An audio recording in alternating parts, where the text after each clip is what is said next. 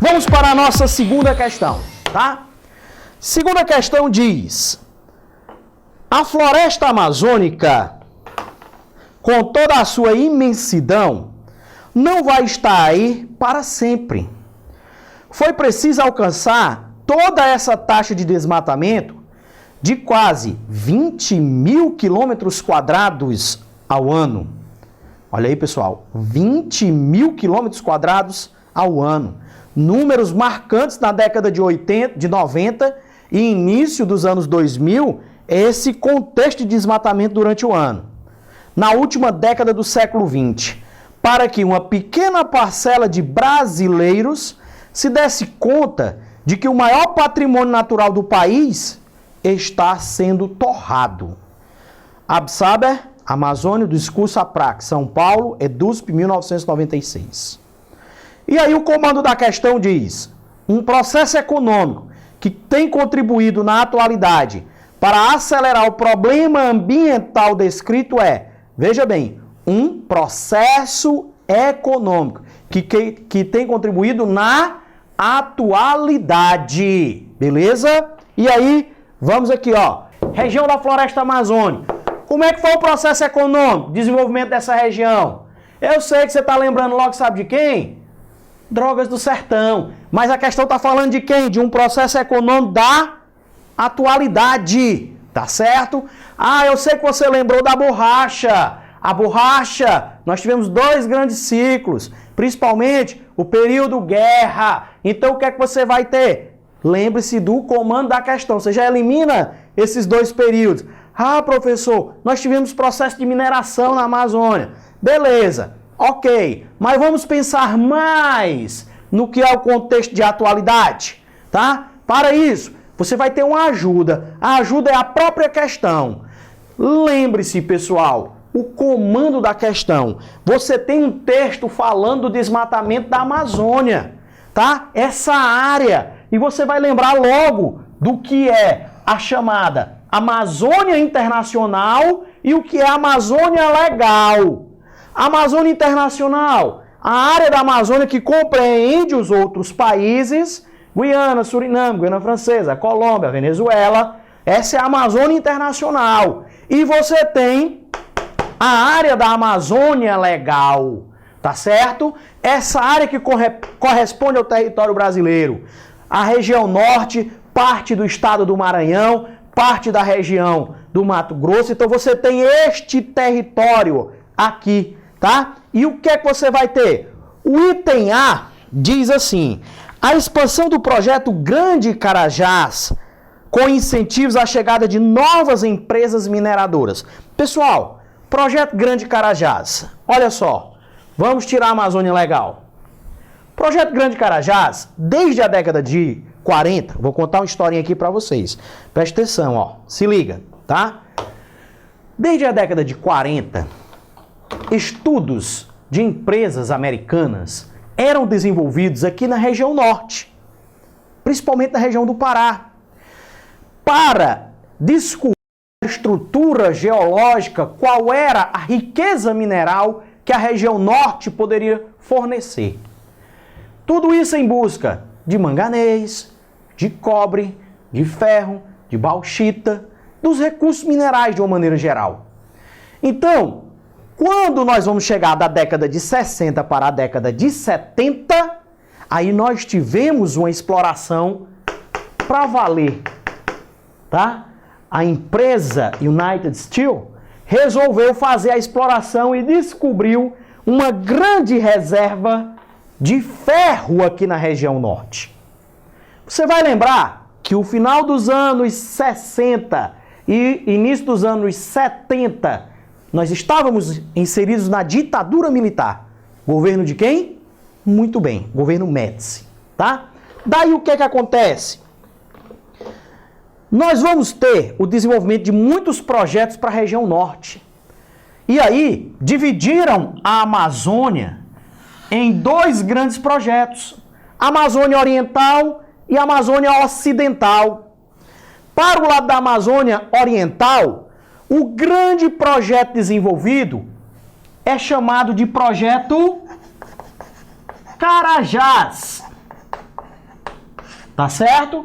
O que é que diz o item A? A expansão do projeto Carajás com incentivos à chegada de novas empresas mineradoras.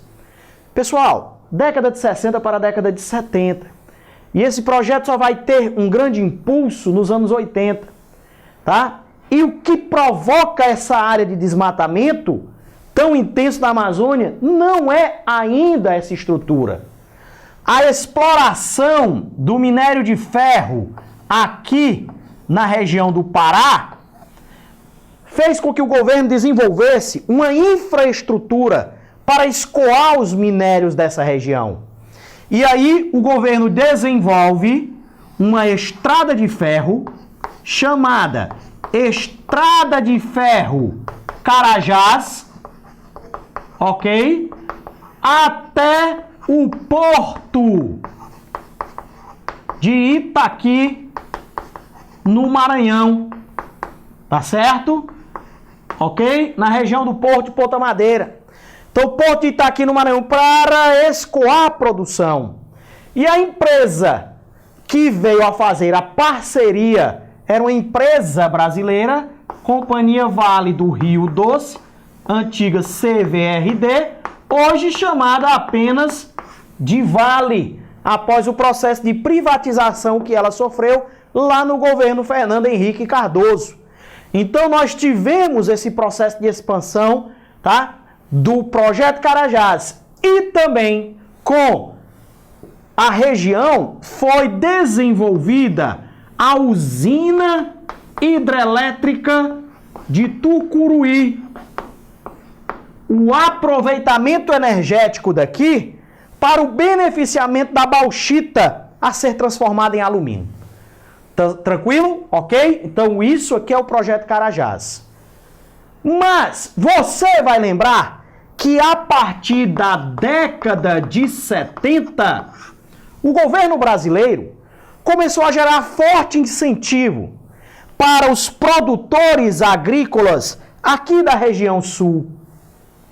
Pessoal, estamos diante de uma zona de clima subtropical, tá certo? Presta bem atenção. Existem fatores físicos favoráveis para o desenvolvimento da agricultura nessa região, da pecuária nessa região? Existem. Clima, solo. Nós temos um dos solos mais férteis do mundo aqui nessa região. O famoso solo arenito-basáltico. Arenito-basáltico. Popularmente conhecido como quem? Terra roxa. E aí, nós começamos a desenvolver culturas de zona temperada, já que estamos dentro dessa região com o clima desta natureza. E mais para a região sul, nós temos áreas de campos, de pampas, de pradarias. Áreas planas e colinosas com a atividade da pecuária. Mas percebam, meus amigos, que aqui é uma faixa de terra muito estreita. Se eu tiver de expandir a atividade econômica para cá, eu vou bater no Uruguai. Se vier para cá, eu vou bater na Argentina e no Paraguai. E o que é que vai acontecer? O governo começa a incentivar a migração para a região centro-oeste. E essa migração aqui para a região centro-oeste, ela recebeu uma denominação conhecida como as fronteiras agrícolas, tá certo? Então nós tivemos as fronteiras agrícolas. Tranquilo, amiguinho? Professor, o senhor estava falando dos aspectos físicos, mas eu lembrei aqui de um detalhe no Cerrado. O solo é ácido, professor. E aí, para que existe tecnologia, amiguinho? Então, aqui o que é que você vai fazer? Correção do solo. Um processo que nós chamamos de quem? Calagem. Corrigir o solo, ok? Plantou o arroz, já começa a fazer o processo de correção. E o principal produto que veio para cá, qual foi? Muito bem, a soja, tá certo? E junto com a soja nós tivemos o desenvolvimento também da pecuária. A pecuária começou a vir para cá. Pantanal Mato Grossense, a região de Goiás, a região do Mato Grosso. E aí você já começa a encontrar a floresta amazônica. E 3 atividades econômicas foram importantes aqui para desenvolver a economia, mas também provocaram forte impacto ambiental, que é o que o texto coloca como desmatamento. Retira a cobertura vegetal, então a indústria madeireira passa a usar isso. Vão ficar tocos, retira os tocos, deixa o gado aproveitando a região. E depois chega o agronegócio, a agricultura, com o desenvolvimento hoje da soja, da cana-de-açúcar, do milho, do feijão e o gado sendo criado aqui nessa região, em avanço para a região da Amazônia. Provocando nessa região aqui, pessoal, uma área que é conhecida como Arco do Desmatamento, bordejando a área da floresta amazônica, o Arco do Desmatamento. Tranquilo? E mais uma dica importante, ó, para onde está indo este agronegócio hoje? Lembre-se do novo Código Florestal Brasileiro, que busca preservar a área da Amazônia Legal e do Cerrado dentro da Amazônia. Em cerca de 80% a área da Amazônia Legal e em cerca de 30% a área do Cerrado da Amazônia. E as outras regiões? O Código Florestal só protege em torno de 20% a criação das propriedades das reservas legais. Então, para onde é que está ocorrendo essa expansão hoje? Ó, estão vindo para cá, ó, para essa região do Brasil, a região Nordeste. Destacadamente quais estados? O Maranhão, o Piauí, a Bahia e pega também o Tocantins aqui da região Norte. Uma região que é chamada de Nova Fronteira Agrícola. Como é que é o nome dessa Nova Fronteira Agrícola? Muito bem, meu amigo. Basta vocês juntarem, ó, as siglas aqui dos estados. Mapitoba ou Matopiba, região das novas fronteiras agrícolas. Tranquilo? Com isso, você já encontra a opção da questão. Mas vamos analisar aí o item B. Diz: difusão do cultivo da soja com a implantação de monoculturas mecanizadas. Ok, meu amiguinho. B de beijinho, né? Opção correta. Mas vou fazer um comentário aqui rápido dos outros itens. O item C diz: construção da rodovia transamazônica. Rodovia do tipo transversal. É a rodovia que nós conhecemos também por BR-230, a 230. Tá certo? Essa rodovia, é bom lembrar vocês, também lá do governo Médici, tá? Final dos anos 60, início dos anos 70, aquele períodozinho da história que você conhece como o milagre econômico brasileiro, tá certo? E essa rodovia, conhecida também por ser uma obra faraônica, né? Obra de grande porte, inacabada. E ele diz: com o objetivo de interligar a região norte ao restante do país. Pessoal, essa área aqui, ela vai de Cabedelo, tá certo? Na Paraíba até a região de Lâmbria, na Amazônia, tá certo? Então a rodovia transamazônica BR-230. Se liga nisso aí. O item D diz: criação de áreas extrativistas do látex das seringueiras para os chamados povos da floresta. Bom, se fosse para os povos da floresta, a extração do látex, nós estaríamos praticando uma área de reserva extrativista, portanto, lutando pela questão do desenvolvimento sustentável, tá? E o item E diz: ampliação do polo industrial da Zona Franca de Manaus, visando atrair empresas nacionais e estrangeiras.